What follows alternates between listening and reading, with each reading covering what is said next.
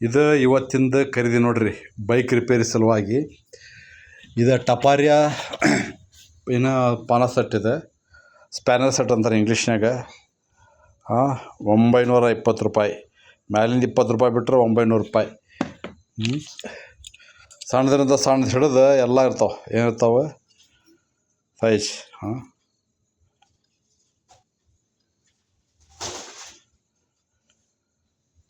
ಇದು ದೊಡ್ಡದಿದೆ.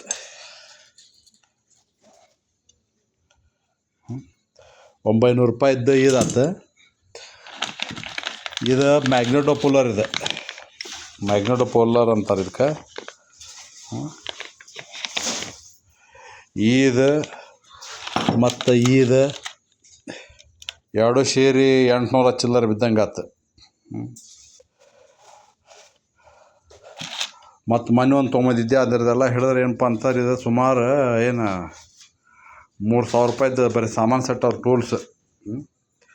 ನೋಡೋಣ ಹೆಂಗೆ ಉಪಯೋಗ ತಗೊತೇವೆ.